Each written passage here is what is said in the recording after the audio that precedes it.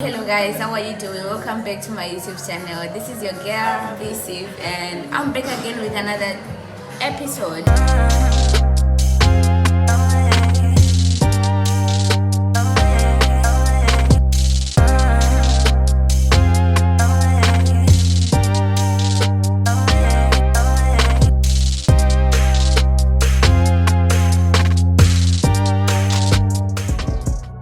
Today I'm back with another episode. In this episode we're going to be talking about relationships. We're going to discuss relationships under three main points. The first point is, are you really single? Wow. The second point is preparing for a relationship. And the third point is, how do you know you are ready? Point number 3, how to know you are ready. Right? It's simple. For ladies, how do we know we are ready? Exactly. How to know you are ready. It's simple. A relationship, people underestimate relationships. Now, a relationship is not different from school. It's not different from sport. Now, two common things about school and sport. In school, if you don't study, you will fail. In sport, if you don't train yourself, you will fail. So, how do you know you are ready? It's simple. Ask yourself, have you studied enough on this aspect and have you trained yourself enough on this aspect? It's not that complicated. How many books have you read on relationships, right? How many biblical scriptures do you know and meditate on about relationships, right? How many sermons have you listened to talking about relationships, right? That's a question. It's just a question to you if you really want to know you're ready. And then we come back to the fact that a relationship is all about love, right? We go straight to Corinthians 1:13. Love is patient. Are you patient enough? Love is kind. Are you kind enough? Love does not envy. Are you sure you do not envy? Love does not boast. Check your pride. Check your pride. Check your pride. Because it simply says, wives, submit yourselves. See, submission is a place of humility and service. So, check your pride. I'm sorry to say this, but check your pride, right? Right. And one thing that I want you to understand, why I'm saying you have to study and practice, is because in 1 Corinthians 3:4 it says, love never fails. So in other words, if you claim that you love someone, it means not on any day should you be found saying you no longer love that person. If you be found saying you no longer love that person, it was not love. Oh my God, this is because the Bible is clear that love never fails. It simply means as long as it is love, it cannot fail. Whether they cheat, it cannot fail. Whether they beat you, it cannot fail. Whether any situation, love cannot fail. If it fails, go into your notebook and write, it was not love. It's that simple. It's that easy to get into a relationship. Now, how do we practice yourself to love? Right. If you're a man, I have a question for you. Can you sit on your own and talk to your mind about a situation and convince your mind? Right. Sometimes our mind comes with bad thoughts, right? Can you as a man convince your mind to stop thinking that and to change the way it's thinking? Because if you can't convince yourself, how much can you convince a woman? So the question for a man is, can you trust yourself? Can you trust yourself? Because she can't just come and start trusting you when you don't trust yourself. If you're a man, do you believe that if you are given a business opportunity to sell something, you can convince anybody to buy it? This is just an example. That if you're given a chance to say something, you will say it until everybody has understood and everybody has believed in what you're saying. Because see, you can't come to a woman and convince her that you love her when you can't convince yourself about something, when you can't convince business partners about something, when you can't convince at least your teachers in class about something, right? If you can't make everybody else around you believe in you, why are you trying to make a woman from somewhere believe in you? When your own mother when your own mother cannot believe in you about something, why do you think you're eligible for a trust of another person's daughter?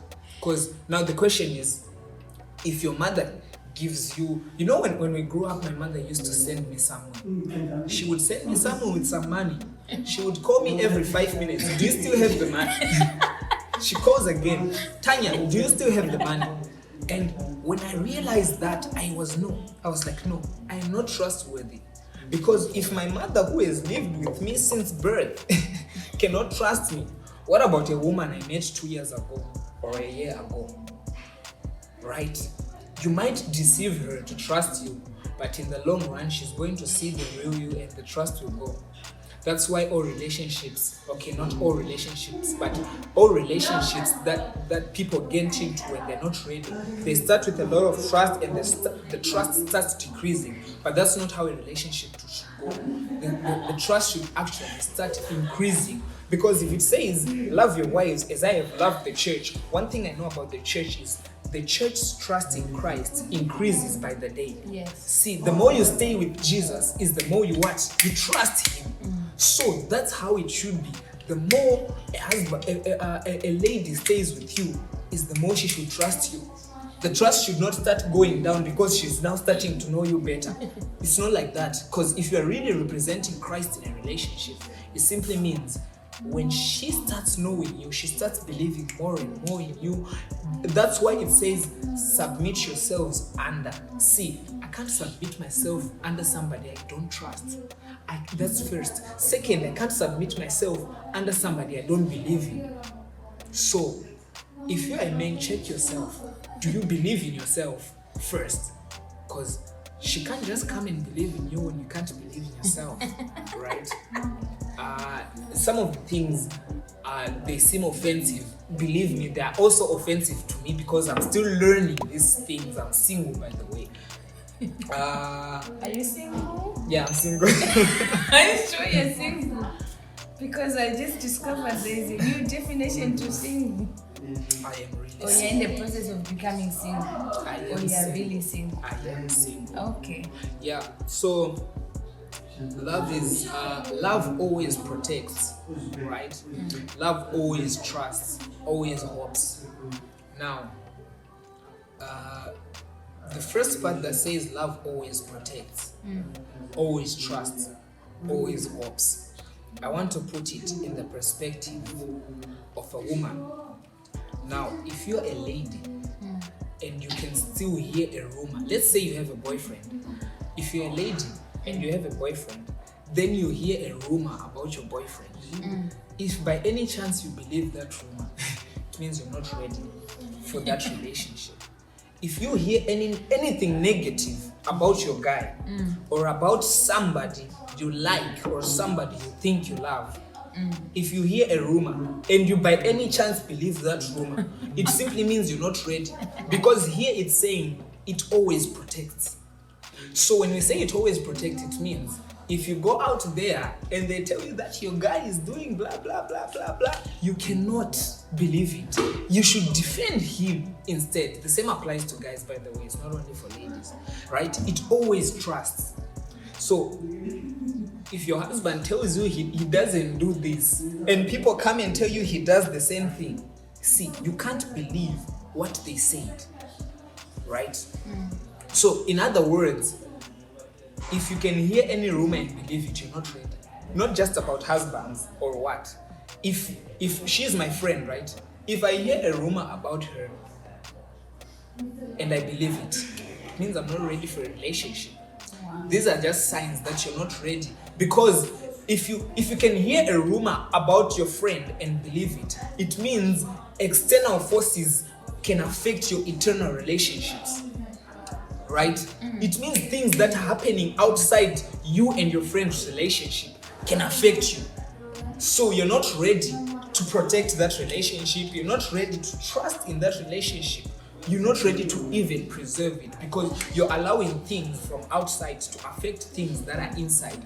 So let me just make it plain. How do you know you are ready? First, check how you treat yourself. Number one. It's under 3 points. 3 points. 3 simple points. Check how you treat First, yourself. check how you treat yourself. Secondly, check how you treat the people around you. Thirdly, check how you treat your God. Right? It's that simple. How do you treat yourself? Okay, are you responsible enough to know that it's time to bath yourself? To know that it's time to clean your own room? To know that it's time to wash your own clothes? To know that it's time to look for money, it's time to hustle, it's time to do things? Are you responsible enough to give yourself a timetable and you follow that timetable? That's how it's basically how you treat yourself. Are you responsible to comfort yourself when things go bad? Not to call someone and tell them something happened. Are you responsible enough to tell yourself it's going to be okay and stand on your own in that situation and come out of it alone? That's how you treat yourself. Secondly, how do you treat the people around you?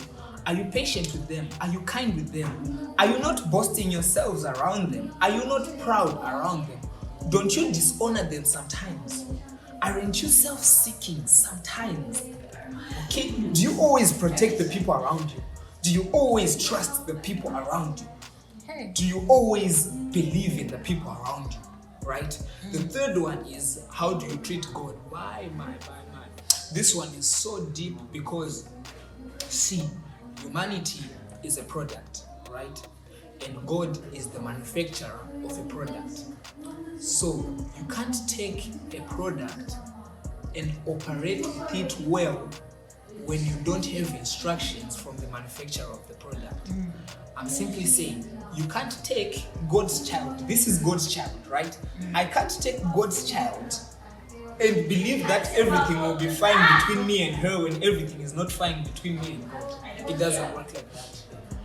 If your relationship with God is not fine, trust me, no other relationship might work. No other relationship might work. If your relationship with God is not smooth, other relationships might struggle. Other relationships might struggle because, see, if you want money, God is the origin, the source of everything around here. So if you want anything here on earth, you have to have a relationship with God, because at the end of the day, everything belongs to Him, including the girl you want to get, right? Including the guy you want to be with. They all. Exactly. So now, just to round up,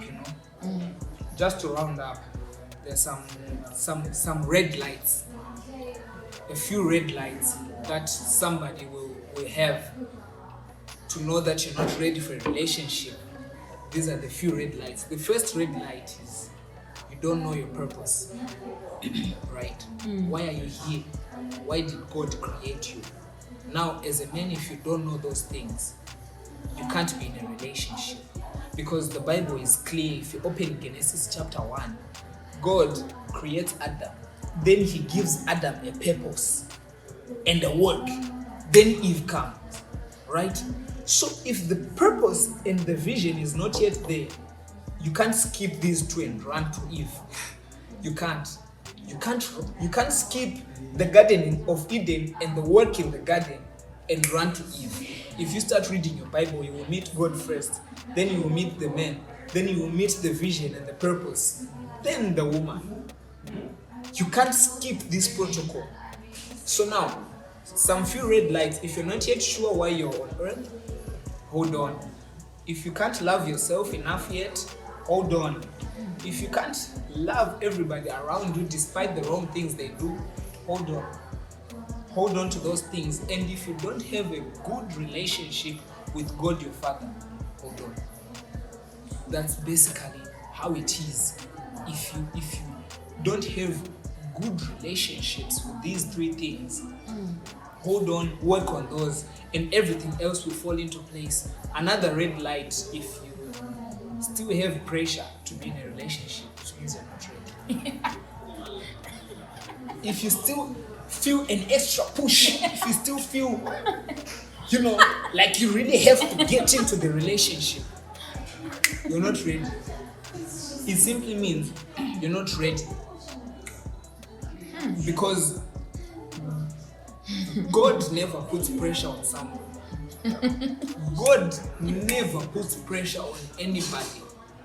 That's why even some people who are going to watch these videos, you've been preached to for 3 years now, but you've not yet come to Jesus Christ. Why?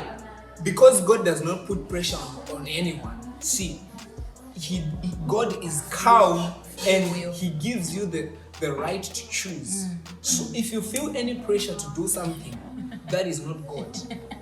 So if you feel any pressure to be in a relationship, it's not God putting on that pressure. Trust me, God does not put pressure on anybody. So this is it.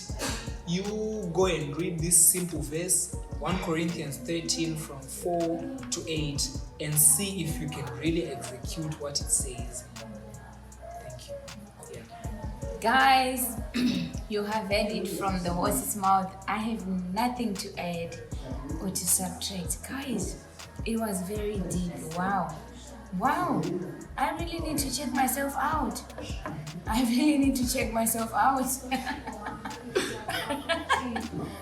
I'm sure a lot of you have been thinking you're single, but by now you know where you stand and you know when you're ready.